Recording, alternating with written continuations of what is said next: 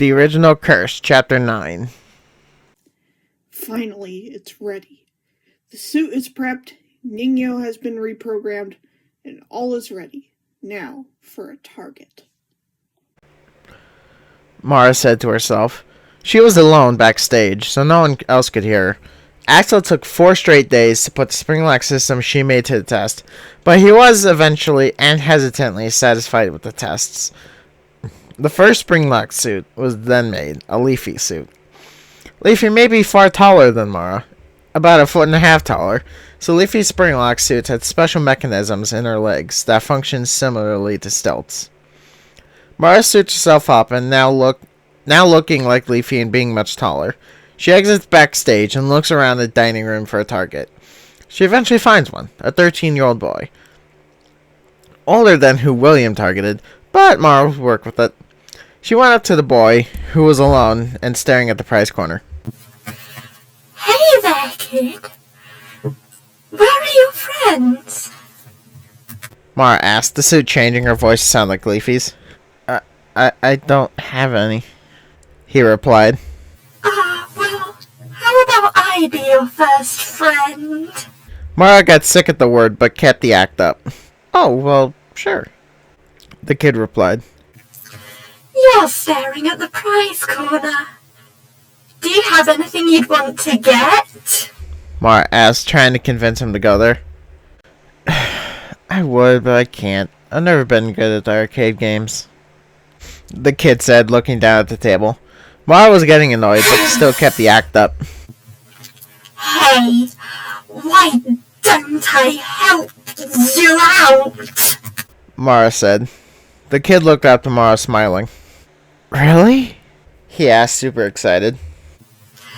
Sure. What's your name? Mara asked, trying to keep up the Leafy's act. Oh, right. I'm Paul. Paul got up and went to the arcade, Mara following. Mara helped out Paul getting some tokens and occasionally got into the machine to grab a large amount of coins to make it faster. They both eventually collected a good amount of tokens. Oh, thank you so much, Leafy. Paul was beaming with happiness. Mara was unfazed, intent on her mission. Of course. Always happy to help out. Mara said in a faked happy tone. Paul ran off to the prize corner. Finally. Now, to watch the show. Mara said as she went backstage to take the suit off. Paul walked up to the prize box Ningo sat in, and on cue he rose from his box. Hello there, child. What prize would you like? Ningo asked with his unmoving face and blank eyes. I'd like the plushie of you, please. Paul smiled and placed the tokens in the box. Ningo went to grab the item, but he glitched for a moment. He grabbed the plushie and returned to the box and placed the gift on the table. Unlike normal, though, he just stared at Paul. Paul, being unaware of what's happening, takes the plushie. Thank you, Ningo. I love it. Paul smiled, looked up to Ningo, but he got scared when he saw he was being stared at. Ningo? Paul asked, worried. Are you okay?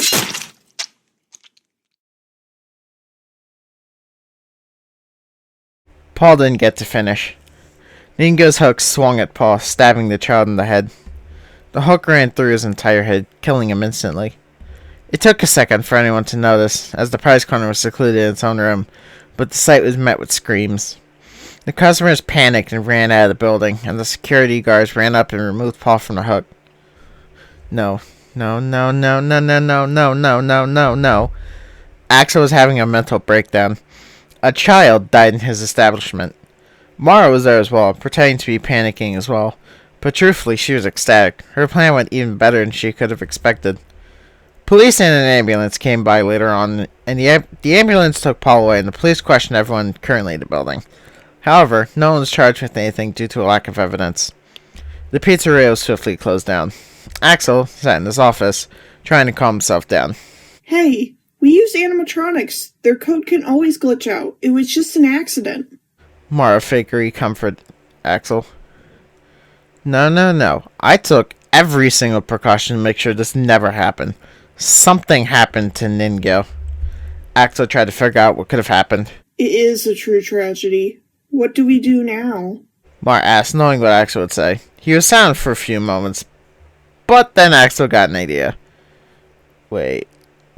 I know people are never going to forget this event, but what if we tried to make up for it?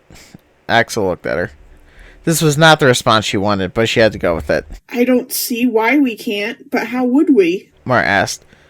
Well, we could pay compensation to kids' families, donate to a bunch of charities, and give a bunch to the community.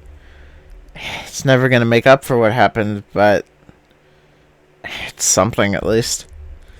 Axel's mind was flooding with ideas, which Mara didn't like. This was not what she had planned.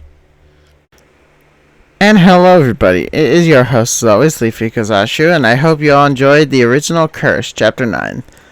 I'm gonna be frank, this should have came out a long time ago. But I had other things to deal with, and it just got kind of put on the back burner for a while, but regardless. I hope you all enjoyed. If you want to see more, make sure to let me know in the comment section.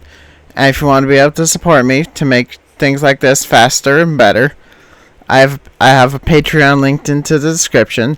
As well, I will have my voice actors and artists in the description as well. And thank you all, lovely people, so much for watching. And I'll see you all in the next show. Stay tuned.